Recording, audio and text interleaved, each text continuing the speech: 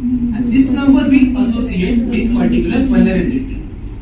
Okay, so common vulnerability exposure, nothing but particular exploit that has been stored on the exploit.db. If you went to the exploit.db, you will see there are multiple CVEs are present there.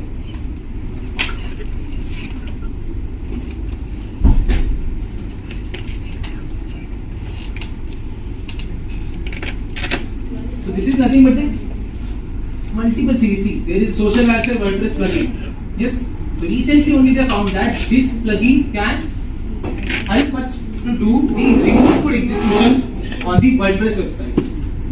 Suppose I have this CVE, I can easily able to take this CVE. Yes. Suppose your website is using the WordPress engine. Yes. Your website is hosted on the WordPress engine, and if suppose the plugin, that particular plugin, which plugin? It's a social welfare. If that plugin is not updated and it's having the previous version, then I clearly able to take the remote code execution. Means via website, I can clearly able to take the server access. So these all vulnerabilities, nothing but the exploits. Yes, these are all the exploits. So those are stored into the one platform. That platform is known as the exploit database or exploit DB. Okay, within that exploit DB there are CVEs. So this is an exploit. So this is nothing but one CVE. Let's check out which CVE this one. See, this is the CVE. CVE 2019-9978. Every CVE is associated with some ID. Okay, and that IDs are stored in the exploit DB. So this is the code, that malicious code, by which we can able to get the access that is hosted on this. Okay, the reverse connection of the particular website. Just like that, what we are going to do? We are going to check out with the help of the WAF analyzer. Yes, is this updated version of the React? Let's check out. Is there any vulnerability associated with that?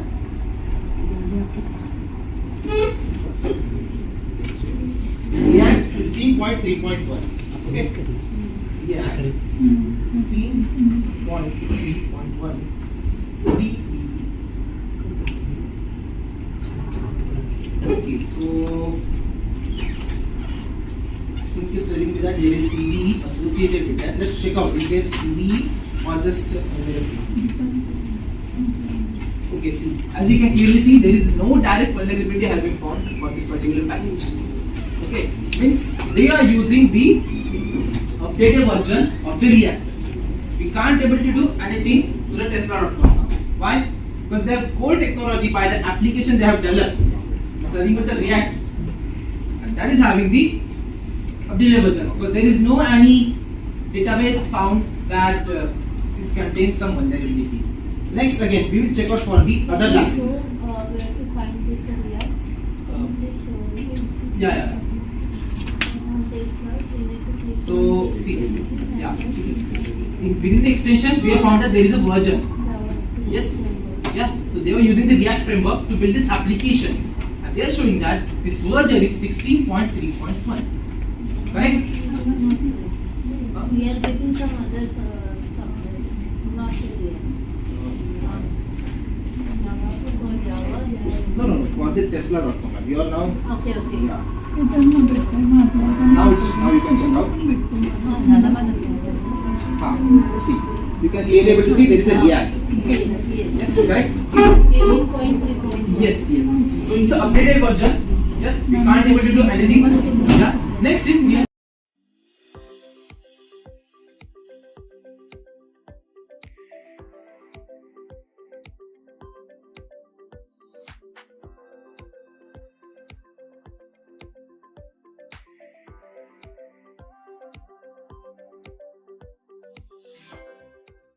the main function of the firewall is कि यहाँ पे जितने भी systems है, what are the systems communicating inside and outside. So this firewall is connected to the internet directly.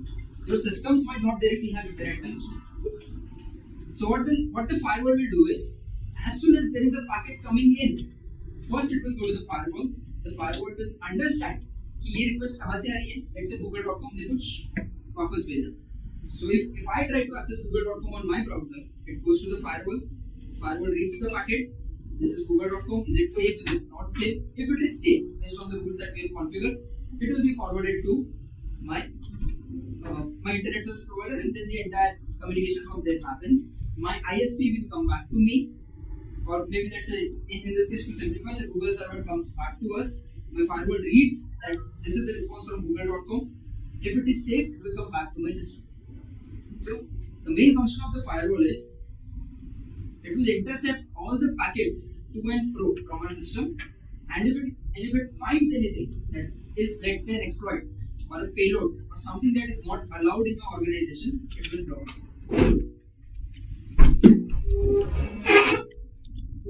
There are some common characteristics of firewall. Number one, it is going to help us with traffic filtering that we just discussed. After that, it is going to help us with access control. So what department, the marketing department normally would not have access to financial websites because वो उनका role नहीं है. An IT department will have access to all the things, everything, including finance, healthcare, sales, because that is something, it is their role to help others. So IT के पास mostly सारा access रहेगा. If I talk about sales department, then sales would have access to, let's say, accounts website, any internal software that are used for account, and couple of websites for generating leads, etc. If I talk about, let's say, logistics department, तो logistics का काम नहीं है कि वो sales का काम है, तो उनके लिए वो sites का access block किया जाता है.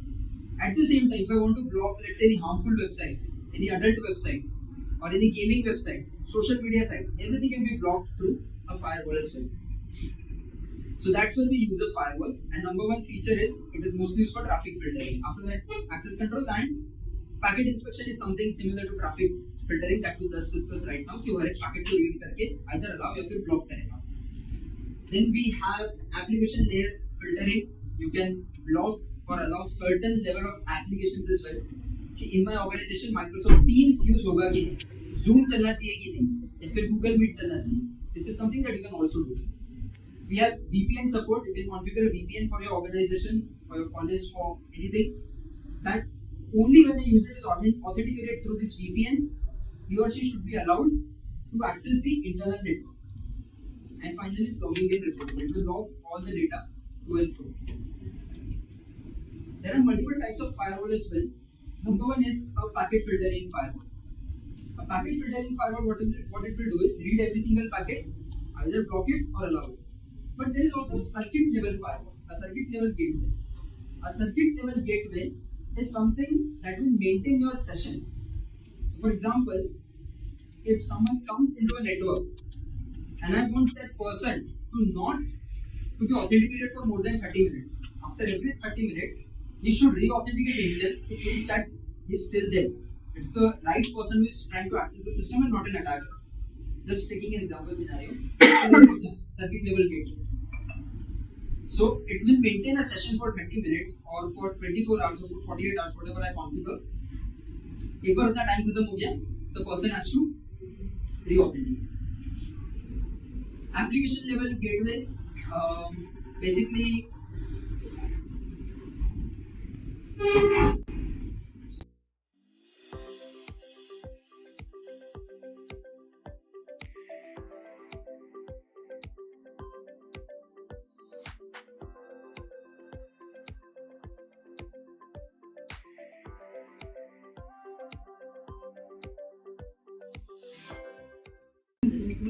तो फॉरेंसिक्स में सबसे पहला होता है कि कॉपी करें, ओरिजिनल पे कभी मॉडिफाई नहीं करना. और जैसे वायरलेस डिवाइस है तो उसको फेराडे बैग होती है जो इंटरनेट से या ब्लूटूथ से कुछ वायरलेस डिवाइस से कनेक्ट नहीं होने देती है. और फोन मिलाते लोग डाउनलोड पे कनेक्ट, क्योंकि जैसे हाई डिवाइस सब जैसा टूल देते हैं क्योंकि रेज करने के लिए, रिमोटली रेज करने के लिए, या कोई एप्लीकेशन है जो रिमोटली इरेज करते हैं तो उसके लिए इंटरनेट से डिस्कनेक्ट करना सबसे पहले जरूरी है. Then chain of custody follow करना सबसे जरूरी है. तो ये फैलाने रहेगा.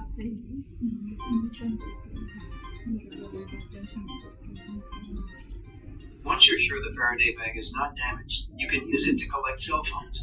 To place the cell phone into the Faraday bag, remove the Faraday bag from its protective cover. Open the Faraday bag to expose the full center of the bag.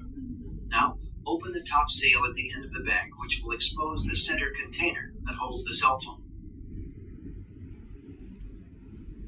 Place the cell phone into the Faraday bag and press along the top seal edges to close. Refold the Faraday bag in half and reseal the edges to completely close the Faraday bag. Place the Faraday bag into the outer waterproof bag and seal the top. The cell phone is now unable to connect to a network and will begin to discharge battery power more rapidly as it is attempting to establish a connection with the network. A general rule of thumb is if you will not get back to the lab within 30 minutes, just pull the battery off the cell phone prior to placing it into the Faraday bag. This will allow you to retain some battery power for the collection phase later.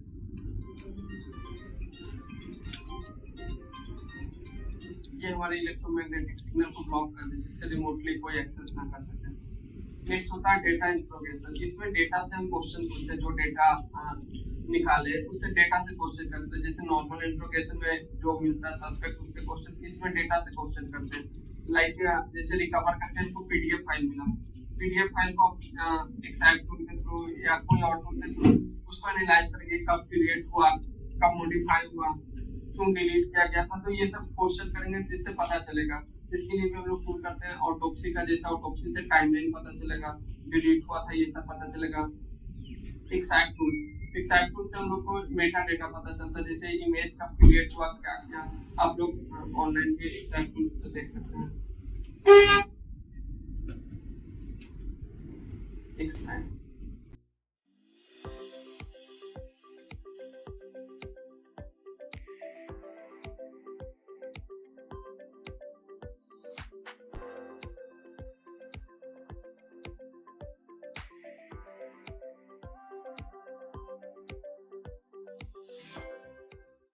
So methodology, सब लोग ने देखा होगा, like there are 5 phases in training. ये है right? Recon करो, I mean starting from the second, reconnaissance, exploit vulnerability or security group goals and escalation and report. This is how usual workflow is. But red team का, this is the workflow. That's why red team activity takes at least 2 months. कम से कम मतलब 45 working days हम लोग लेते हैं to perform this activity, because it is not that easy task to be done. Because हम लोग को पता है we have to make sure कि हम लोग पकड़े भी ना जाए, अगर पकड़े भी जाते हैं तो हमारे साथ ही वो कॉम्प्रोमाइज ना, right? So we have to recon, we have to regulate all the phases, like physical security, कितने सिक्योरिटी गार्ड्स है, रात को अंदर जा सकते हैं क्या, what is the overtime, Saturday को या फ्राइडे को हम लोग कैजुअल्स पे आते हैं क्या, all this checklist हम लोग बनानी पड़ती है। तो ये बहुत बड़ी है actually. When it comes to माइत्रे सुना है सब लोग ने, माइत्रे अटैक, OS top 10, OS सुना है। ओके, सो माइत्रे एडवर्सरी में यूज किया जाता है and it has a very big flow: reconnaissance, initial access, payload creation, malware creation and everything, data exfiltration तक। So here is like reconnaissance, resource development. Reconnaissance सबको पता है, information gather करना। Resource development क्या हो सकता है? resource development क्या हो सकता है? resource development requirement, yes, correct.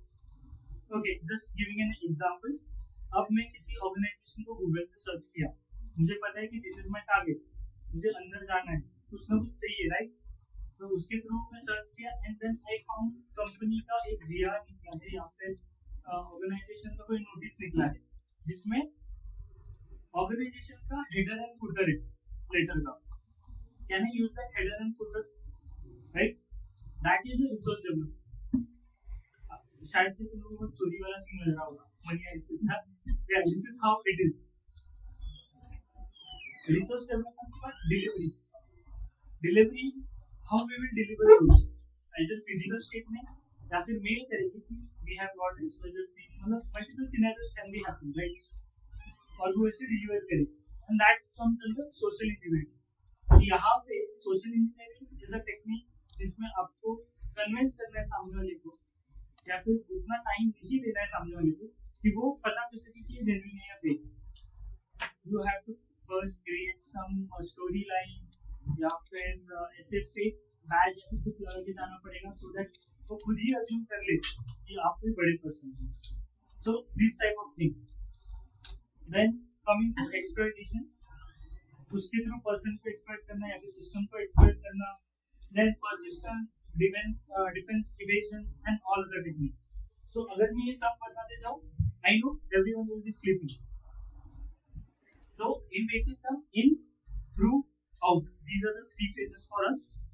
In हम लोग ऑर्गेनाइजेशन के अंदर कैसे जाने वाले हैं, from physical state to technical state जैसे कि नेटवर्क एंड ऑल, उसके थ्रू अंदर जाने के लिए क्या क्या एक्टिविटी करने वाले और कैसे, so that it can be undetected या फिर कम से कम नॉइस क्रिएट.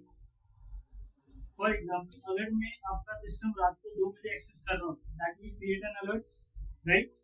अगर मुझे पता है कि कुछ लोगों को XYZ folks are allowed to do work from home, तो ऑब्वियसली VPN के थ्रू करेंगे या फिर कोई ना कोई सर्वर होगा जिसके थ्रू टेलस्केल हो गया उसके थ्रू करेंगे. तो I can use that activity, use that time frame to perform my another activity. और आउट, बाहर जाते हो सब कुछ क्लीन करना, डेटा जो चाहिए वो ले लेना. अगर मैंने नेटवर्क के अंदर कोई मालवेयर डाला है जिसके थ्रू आप मेरे तक ट्रेस बैक कर सकते हो, मुझे ट्रेस बैक कर सकते हो, तो उसको क्लीन करना, उसके सारे लॉग्स हटाना and all. So these are the three phases which usually take 45 days.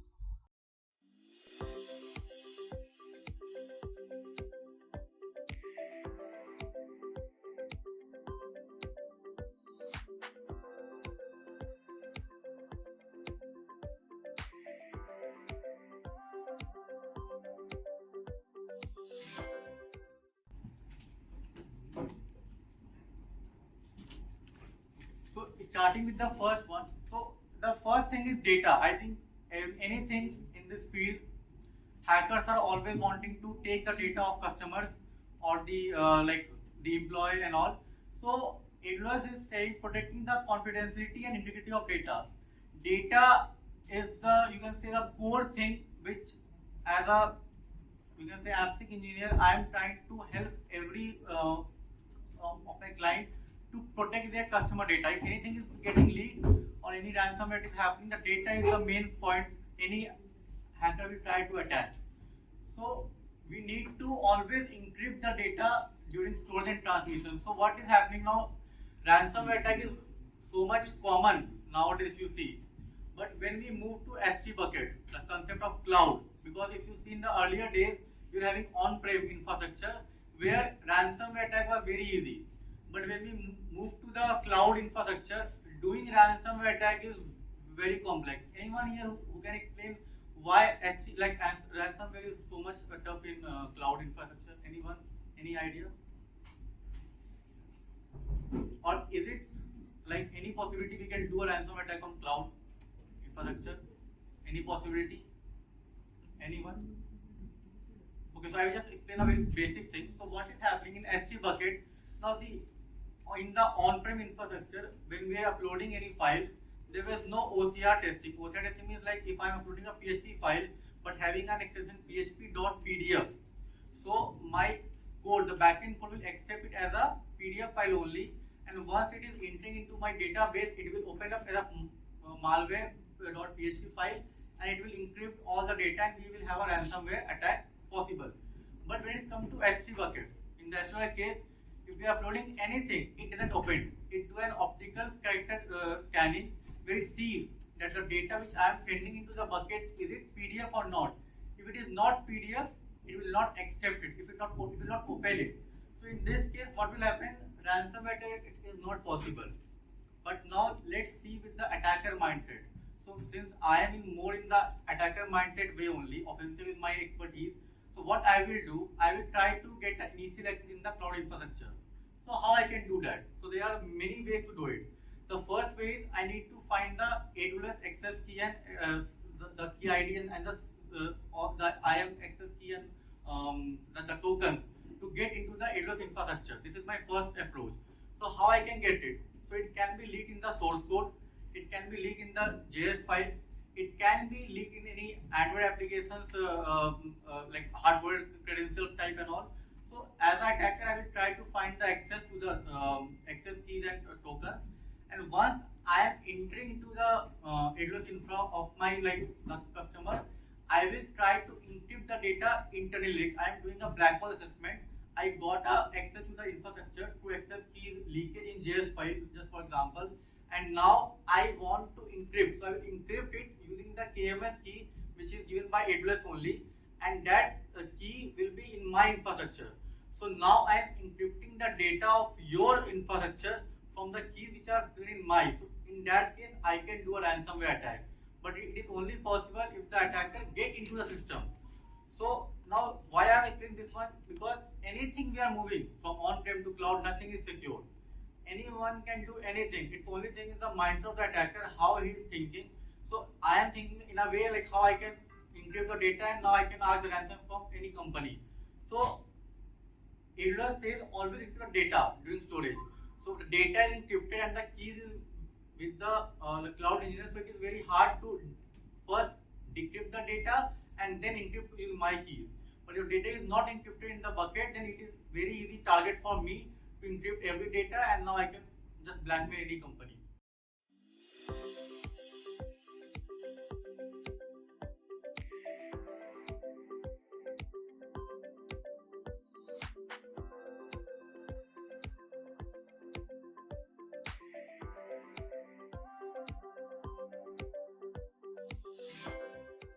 Word बोला वो बहुत इंपॉर्टेंट है process in OT we are basically securing the process लेकिन आपको दिख रहा है ठीक है so introduction SCADA ICS we need to protect processes okay in the ICS system अब यहाँ पे दो चीजें हमें एक एक को डिफाइन करना है अब यहाँ पे SCADA क्या है what is SCADA operation technology आपको समझ में आया प्रोसेसेस पे हम थोड़ी देर में वापस आएंगे एक SCADA और तीसरा फिर आती है आपकी आईटी मतलब ये तीनों मिक्स है आपका ओटी फिर आईटी आपके ओटी और SCADA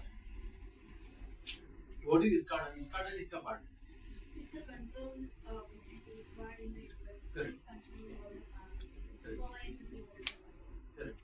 So it is ICS basically industrial control system है तो इंडस्ट्रियल कंट्रोल सिस्टम का एक कंपोनेंट है एक पार्ट है दैट इज SCADA ओके एक पार्ट है इससे बहुत सारे डिस्ट्रीब्यूटेड सिक्योरिटी डिस्ट्रीब्यूटेड कंप्यूटिंग ये सब आते हैं जैसे एग्जांपल के तौर पे आप ये ले सकते हो ऑयल रिफाइनरी एग्जांपल राइट अब यहाँ पे अटैकर का क्या रोल है what actually attacker do they want to disrupt the processes जो भी प्रोसेसेस चल रही they want to disrupt the processes बहुत सिंपल लैंग्वेज में लिखा है so everything shut down okay so if process is shut down then the company will face up like billions of dollars of losses क्योंकि आपके जो process जो चीजें कर रही थी वही आपकी लॉस हो गई करेक्ट प्रोसेस बंद हो गई तो रशिया एंड यूक्रेन पर अभी आपको पता होगा अभी यहाँ पे इंटरेस्टिंग चीजें आपको समझने की जरूरत है अभी काफी वॉर चल रहा है उसमें ये ऑटो ऑपरेशन टेक्नोलॉजी काफी हेवीली यूज हुई है अभी मैं एक एक करके आऊंगा मैंने सारे इसकी केस स्टडी और सारे एनालिसिस करके मैंने प्रेजेंटेशन बनाई है आपको total I think 4 to 5 presentation I will share with you on WhatsApp group तो अगर रशिया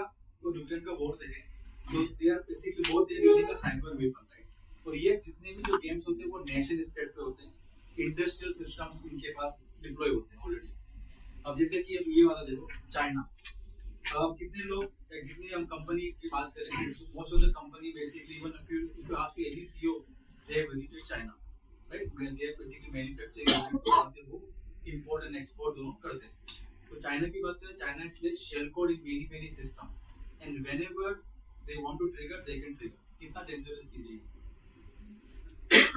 तो आपको पता ही नहीं कि जो आपने डिप्लॉय किया है उसके अंदर शेल कोड है now suppose something happen India China war suppose happen they will trigger that और उसमें डायरेक्टली यहाँ पे होगा क्या directly loss of people death हो जाएगी ये तो हो रहा है अभी आपने पेजर का अटैक सुना होगा उस पे भी मैं आराम थोड़ी देर एक करके केस ले लेंगे so you know after the what can happen best example is Israel ये जो सेकंड एग्जांपल है हमारा पेजर जो ब्लास्ट हुआ तो कितना भारी चीज उन्होंने कंपनी शेल कंपनी उन्होंने लॉन्च करी ओके शेल कंपनी से उन्होंने जो पेजर उनको पता है कि पेजर यूज करने वाले तो उन्होंने पेजर डिजाइन किया उस पे भी एनालिसिस है मैं आऊंगा थोड़ी देर में और फिर उन्होंने अंदर कंपोनेंट डिप्लॉय किया और एक एसएमएस के थ्रू वो ट्रिगर हो गया मतलब काइंड ऑफ सिग्नल ऐसे वो रिसीव करेगा एंड देन ओके ब्लास्ट ये आर्टिकल है BBC न्यूज़ का तो इसको मैं आपका आर्टिकल ओपन करता हूँ ठीक है आर्टिकल की लिंक सब आपको मैं शेयर कर दूंगा like what we know about the Hezbollah devices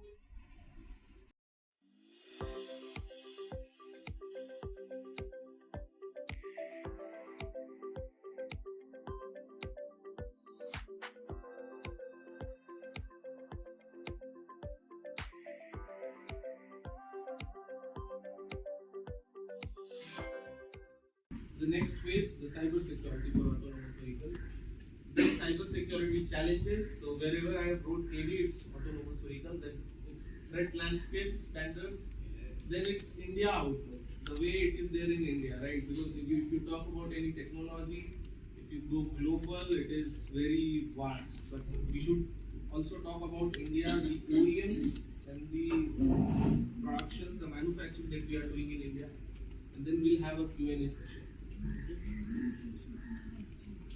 So, how the evolution of vehicles has spread its like across these years. So, if I recall, when I was a kid, my father used to drive Maruti Zen.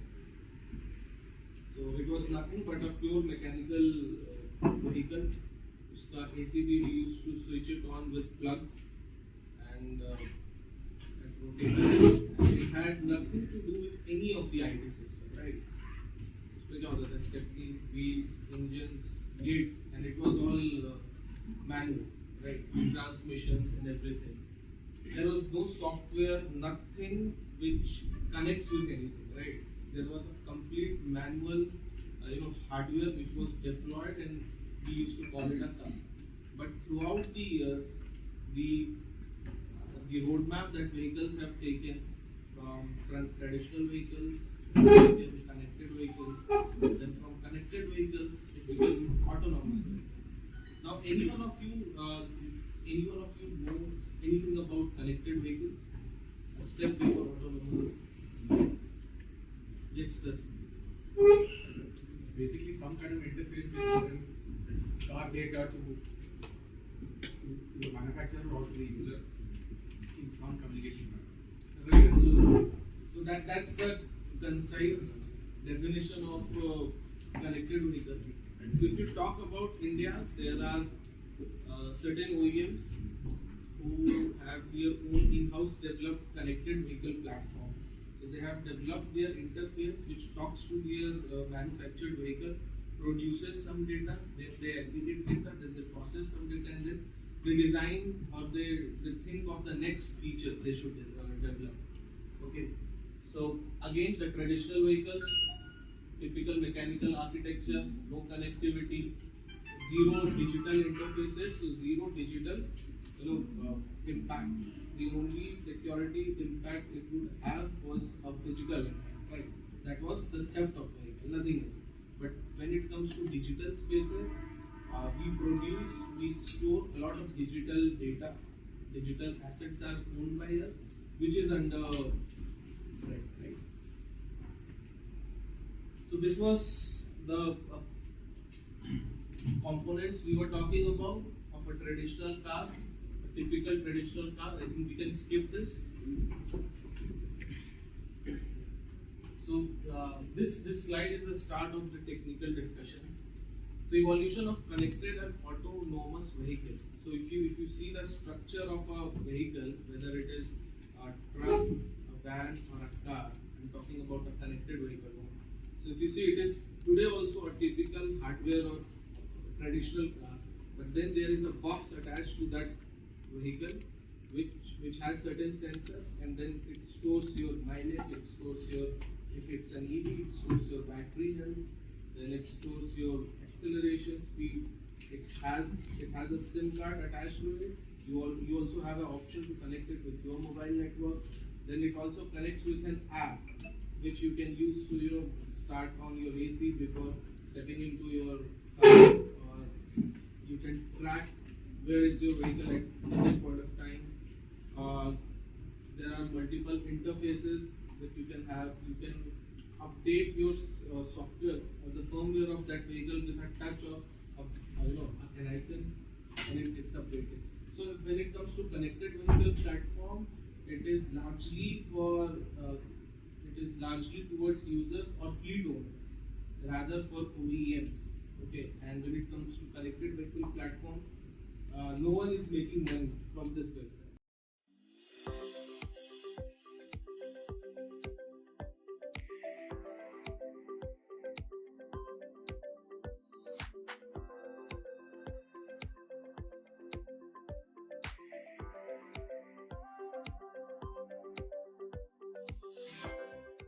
and with that some practical exercises, okay, where we'll be checking out how we dig out the information from internet, because OSINT is mostly practical, OSINT is very less theoretical, but yeah, still you need to know some theoretical concept for it, which will build your case. Now, it starts from environmental scanning. Now, what is environmental scanning? In earlier times, you must have seen there were some people which used to come to our houses. The salesman, they used to come to our houses, give us a product, write our name in the registers, and take our feedback. Then after some time, they used to come and ask how was the product, did you like it or not, would you like to buy it or not. Similarly, many people are there who are distributing pamphlets on the road, and sometimes they are writing your names. Many people are there who are standing on roads. What is this? This is a way of marketing, digital marketing, where they are basically knowing your responses by gathering your data. In today's cyber world, this data is not gathered physically, it is gathered digitally. Now you go to a mall, you shop there, after 5 minutes you get a SMS. Thank you for shopping from us, and you have got these coupons, you can use them or give your feedback. You go to flight, like I landed, as my flight landed, immediately I got a message that you have traveled in this flight or something. So whenever we are going to somewhere, there are some digital traces, there are some digital footprints which are being created there. That organization has our data. So tomorrow I cannot deny I didn't use this service or I didn't went to this place. Even Google Map is also recording your locations. Whenever you are going to some places, Google Map shows you came to this place 2 years ago, or when 2 years ago you came to this place, you visited this restaurant. So sometimes I get notifications. Like today I got, so it showed me you visited Mumbai, these places, the Google Maps. So how it is being done? Now if you imagine what we are using Android. Android is the operating system by Google. We are using Google Maps, it is again a service by Google. We are using Google Search, again a service by Google. We are using YouTube, it is again by Google. So most of our data in today's world is with 3 companies: Meta, Microsoft and Google. Because when you use Word, when you create documents, do anything, all data is going to Microsoft. When you are doing anything on your Android phones, most data is going to this Google. And when you are using any Facebook, Instagram or social media applications, most of the data is going to Meta. So virtually if you say our entire life is inside our mobile phones, and these data is somewhere stored in the internet which we don't know. We say that it is encrypted, we say it is secretive, we say no one can access it and the company has their policies, okay. But what happens when this data gets leaked? Now you say there is a data leak in Airtel and 1.42 crore customer data.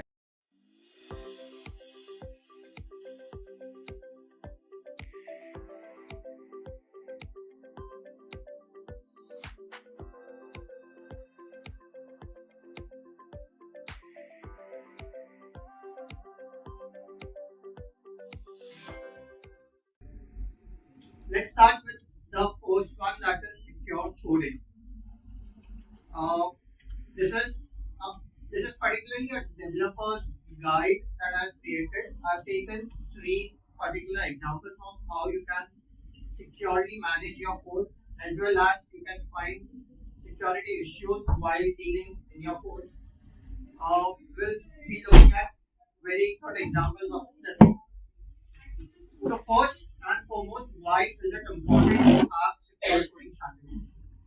So if you see, like the last time when I was here, I showed you, let's say, passwords can be cracked. We saw an example of Akani, and we saw that how those passwords were being leaked inside Telegram channels and inside various dark web websites. Similarly, India has reported around like 1.39 million cybersecurity incidents in 2022. We are talking about 2022 right now. 17.9 crore average data breach was there in 2023. These data that I have are on little older data. So you can imagine 1.39 million incidents in 2022. Fast till 3 years from now. It has been. So it might be at least 30% of increase in the security incidents. Similarly, the data breach cost.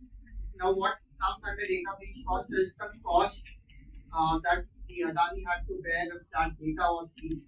The cost Domino's had to bear if its data is leaked. the cost any company has to bear if the data is leaked is again 17.9 CR.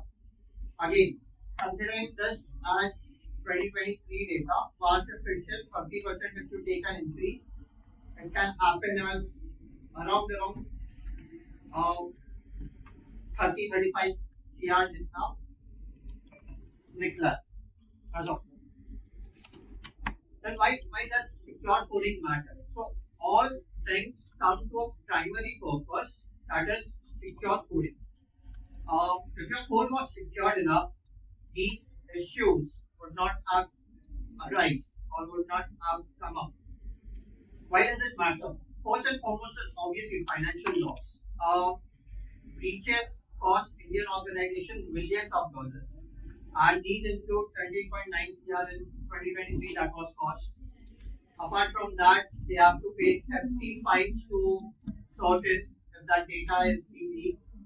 There's reputational damage that comes into picture. I'll give you a simple example. Air India का flight अभी अहमदाबाद में crash हुआ. Its reputation was damaged, right? Now, before booking a flight, you would be thinking twice whether to book with Air India or not. There's a similar strategy over here. It's just that people are not much aware over here. Over here, if your data is being leaked, you would think twice before doing it. The thing is that right now people are not much aware of the data. They are like, okay, data is leak ho gaya. But it is something similar to the incident that happened with Air India. So your reputational damage gets a massive hit over there. For example, if I say, let's say Paytm, we all banned Paytm. Why? Because it was a Chinese app. Chinese app लेके हमने Paytm को ban किया, हमने PUBG को ban किया. Then why not with these companies as well, where your data is being leaked? It's just that we do not much care about our data being leaked or not. The third thing is regulatory policies. There are multiple policies that are there. One of the main policies is DPDP policy, that is Data Privacy Data Protection Policy. That imposes fines of like 500 crores for non-compliance of these secure coding strategies. Then comes your data privacy and your operational disruption.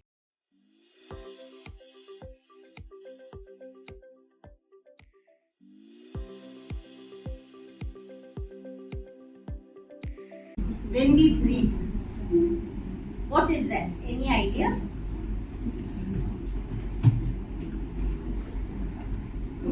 We inhale air, and out of the air we just discussed, we absorb oxygen, and that is used for burning the impurities. Along with oxygen, we absorb something else. It is a very fine, subtle substance which is present everywhere in the air. RSPM. Pardon? RSPM. Dust particles, but that's not useful to us. We are talking of something which is useful to us. Hydrogen, nitrogen is not actually absorbed. Only oxygen is used out of all these in the respiratory process. There is some very fine, subtle substance which does not have an English name because Western science has not yet discovered it. But our ancient Indian sages knew about it, and we can even feel it in our bodies. Yes, somebody said it. Prana. Prana is the thing. It is a very subtle force present everywhere in the air, which we absorb into our bodies, and that prana, because Western scientists have not discovered it, there is no English name. So we will call it prana energy in English. Right? So in Marathi there are two things, prana vayu, which is oxygen, and prana shakti, which is this prana energy that we are talking about. So prana vayu, we discussed all this. Now let us see about prana shakti or prana energy. So prana energy is available in the air in two aspects, positive aspect and negative aspect. This positive and negative is not good and bad like we normally talk, positive is good, negative is bad. It's not like that. They are just the two names given to the two different aspects of this prana energy. Like electricity has the positive and negative. Can we use only the positive aspect of energy, electricity? our appliances will not work. We need both positive and negative. In the same way, prana exists in a positive and negative aspect, and we need both these positive and negative aspects in a balanced amount for our body to function properly. If there is imbalance, then prana energy will not be able to function well in our body. We need both positive and negative in the balanced amount, and that is why we have two nostrils. From the right nostril we absorb the positive aspect, from the left the negative aspect. And what is the main function of this prana energy? Like oxygen we discussed burns the impurities, which is very essential because we don't breathe. All of them are settling down in our body. What does prana energy do? Is it purity of thoughts? It gives us energy. Purity of thoughts? Keep you healthy. Thoughts, yeah. We'll come to thoughts a little later. Keep you healthy all the time. It keeps us healthy. How? Yes. So, we say it is prana energy or prana shakti. Shakti and energy. It gives us energy. To do anything in our life, we need energy. Even to sit, we need energy. Whatever you do, you need energy. That energy is provided by this prana energy. And another important thing that prana does is that it keeps your body at a uniform warm temperature.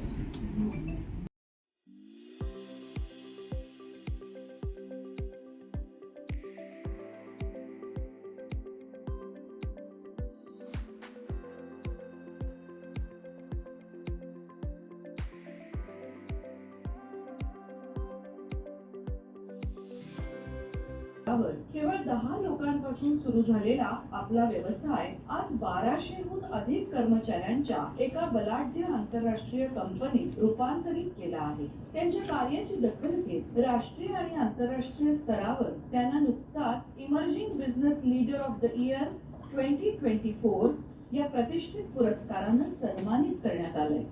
Doctor Paithankar हे doctor of philosophy management आणि doctor of excellence या क्षेत्रात प्रशिक्षित असून अनेक विविध प्रणाली आणि तंत्रज्ञानाचा अनुभव त्यांनी मिळवला आहे. त्यांच्या या थक्क करणाऱ्या प्रवासाला आमचा मानाचा मुजरा. नमस्कार. पितांबरी प्रस्तुत उद्योजकांची बाराखडी या कार्यक्रमात मी डॉक्टर अरुंधती भालेराव आपल्या सगळ्यांचं मनपूर्वक स्वागत करते. उद्योजकांची बाराखडी या कार्यक्रमातून उद्योग क्षेत्रात स्वतःच्या कर्तृत्वानं वेगवेगळ्या क्षेत्रामध्ये यश निर्माण करणाऱ्या, यश मिळवणाऱ्या, जिद्दीनं आणि संघर्षानं यशापर्यंत पोहोचणाऱ्या अनेक उद्योजक मित्रांशी आम्ही सातत्याने बोलत असतो. आज सुद्धा आपल्या स्टुडिओमध्ये असेच एक उद्योजक आले. एक व्यक्ती शिक्षण क्षेत्राबरोबरच व्यवसाय क्षेत्रात सुद्धा किती वेगवेगळ्या आघाड्यांवर लढू शकते याचं उत्तम उदाहरण म्हणजे आजचे आपले उद्योजक डॉक्टर सचिन पैठणकर. त्यांचा प्रवास खूप थक्क करणार आहे, वेगळा आहे, संघर्षाचा आहे, जिद्दीचा आहे, पण यशाचा आहे. जाणून घेऊया त्यांचा प्रवास त्यांच्या शब्दात. सर, खूप पदव्या घेतलेल्या आहेत. शिक्षण क्षेत्रातलं तुमचं योगदान खूप मोठं आहे. तर शिक्षण आणि व्यवसाय हा जो तुमचा समांतर प्रवास आहे त्या कारकिर्दीविषयी सुरुवातीला ऐकायला आवडेल. सर्वप्रथम शिक्षणाबद्दल सांगायचं झालं तर मी एक सामान्य विद्यार्थी होतो. शाळेच्या दिवसांमध्ये 70-80% मध्ये खेळणार आणि नंतर मी इलेक्ट्रॉनिक्स अँड टेलिकम्युनिकेशन इंजिनिअरिंग नंतर PGDBM आणि मास्टर इन मॅनेजमेंट सायन्स मार्केटिंगमध्ये मी पूर्ण केलं. त्याच्यामुळे टेक्नॉलॉजी आणि व्यवस्थापन या दोन्हीचा मला चांगला एक एक्सपोजर मिळाला. त्याच्यानंतर भारतामधील आणि भारताबाहेरील अनेक कंपन्यांमध्ये जॉब केल्यामुळे मला तिथे व्यवसायासाठी लागणाऱ्या त्याची आव्हानं आणि गरजा या लक्षात आल्या आणि त्यातूनच यांचा मेळ घालून तंत्रज्ञान हे चांगल्या रीतीने यूज करून आपण कसं सकारात्मक बदल घडवून आणू शकतो त्यामुळे व्यवसायाकडे वळण्याची माझी इच्छा जास्त बळावली. आता तंत्रज्ञान आणि व्यवसाय हे एकत्रित करावं ही संकल्पना प्रत्येक गोष्टीला कुठून तरी सुरुवात होते नाही का?